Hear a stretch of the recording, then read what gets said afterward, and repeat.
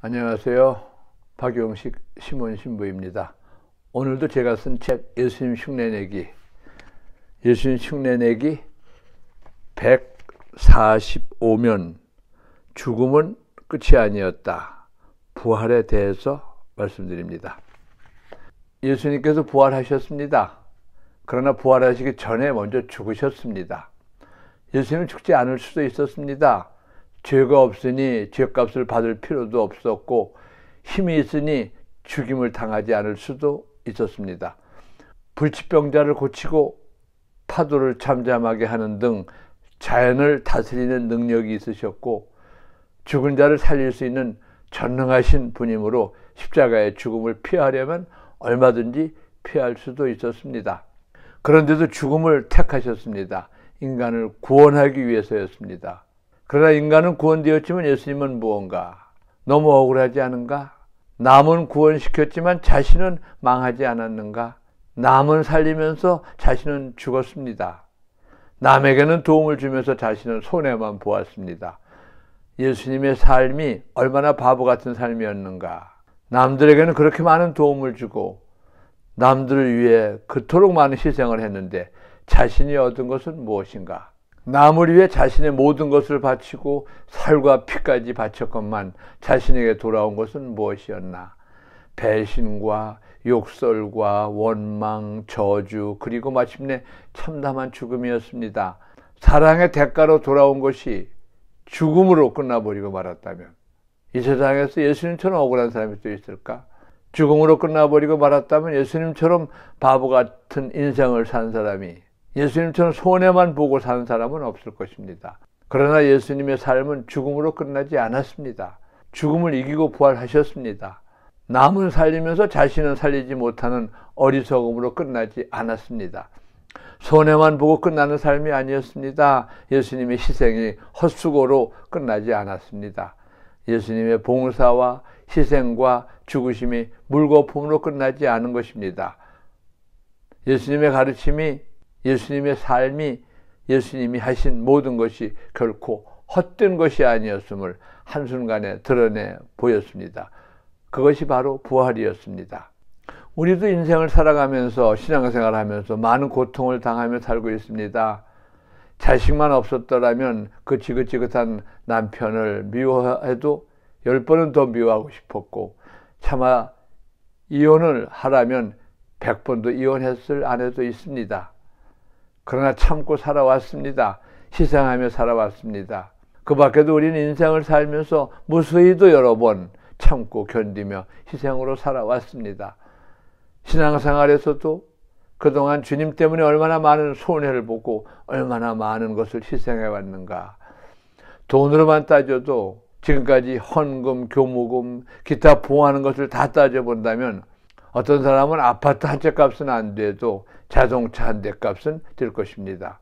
하나님께 바친 시간은 또 얼마나 많습니까? 주님 때문에, 신앙 때문에 손해보고 양보하고 희생한 것 어찌 이루다 헤아릴 수 있습니까? 주님 때문에 참고 견디며 산 나날들, 주님 때문에 봉사하고 희생한 날들이 참으로 많았습니다.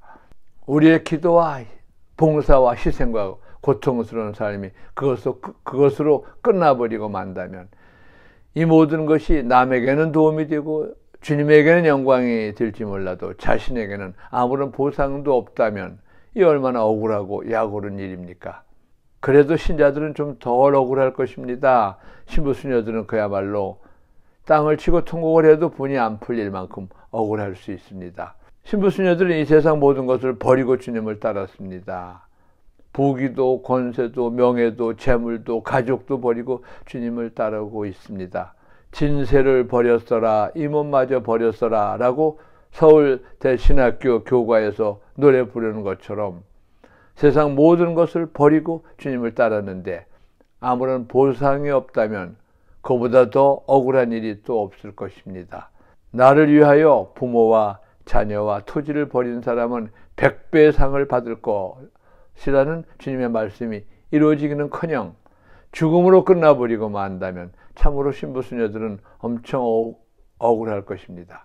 그러나 예수님은 부활하셨습니다. 죽음으로 끝나지 않았습니다. 그 많은 희생과 봉사와 사랑이 물거품으로 끝나지 않고 부활로서 승리했고 부활로서 보상을 받으셨습니다. 우리의 삶도 마찬가지입니다. 주님 때문에 행한 우리의 사랑과 희생도 마찬가지로 보상을 받습니다. 예수님의 희생이 결코 헛된 것이 아니라 부활로서 보상받았듯이 우리의 희생적 삶도 결코 헛수고로 끝나지 않고 언젠가는 우리도 부활로서 승리하고 부활로서 보상받습니다. 이것이 바로 부활의 신비입니다. 예수님이 죽지 않을 수도 있었습니다. 그러나 인간에 대한 사랑 때문에 죽음을 선택했습니다. 그 결과는 부활로서 보상받으셨습니다. 우리도 희생하지 않을 수도 있었습니다. 마음에 들지 않는 사람을 버릴 수도 있었습니다. 자신만을 위해 살 수도 있었습니다. 희생하지 않고 십자가를 지지 않고 살 수도 있었습니다. 기도하지 않고 용서하지 않고 남을 위해 헌금하지 않고 남을 돕지 않고 나만 편하게 살 수도 있었습니다. 우리도 세상 쾌락을 쫓아 살 수도 있었고 부정한 방법을 써서 자신 이익만을 챙길 수도 있었습니다. 그러나 우리는 하나님의 자녀라는 이유 때문에 그렇게 살지 않았습니다. 우리는 주님의 가르침을 따라 희생하고 봉사하며 살아왔고 감사하고 용서하며 살아왔습니다. 내 뜻을 따르기보단 기도하면서 주님의 뜻을 따라 살아왔습니다. 그 결과 우리는 십자가와 같은 고통도 당했지만 부활이라는 승리와 보상도 받게 될 것입니다. 틀림없이 그렇게 될 것입니다. 주님의 부활이 바로 이것을 증명해 주고 있습니다. 우리는 가끔 신앙심이 약해질 때 그동안 바친 희생과 봉사가 나의 신앙생활이 혹시 헛수고가 아닐까? 헛수고는 아닐지라도 내가 정말로 이런 희생과 봉사를 계속해야 하는가? 남들은 이런 신앙생활 안 해도 잘만 사는데 나는 이제껏 손해만 보며 신앙정신으로 살고 있지만 이게 다 무슨 소용이야? 하며 자신의 신앙생활을 의심해서 흔들리기도 합니다. 이에 대한 해답이 바로 부활입니다. 그래서 주님은 죽음에서 부활하신 것입니다. 예수님께서 십자가의 죽음으로 끝나지 않고 부활로 보상받으심으로써 우리의 사랑과 희생도 손해로만 끝나지 않고 구원으로 보상받는다는 것을 확실하게 가르쳐 주시기 위하여 예수님은 부활하신 것입니다. 예수님은 죽음을 이기고 부활하셨습니다. 우리도 고통을 이기고 부활할 것입니다. 예수님의 희생과 사랑은 부활로 보상받으셨습니다. 우리의 희생과 봉사도 부활과 구원으로 보상받을 것입니다. 그래서 우리는 부활을 기뻐하는 것입니다. 알렐루야, 알렐루야. 감사합니다.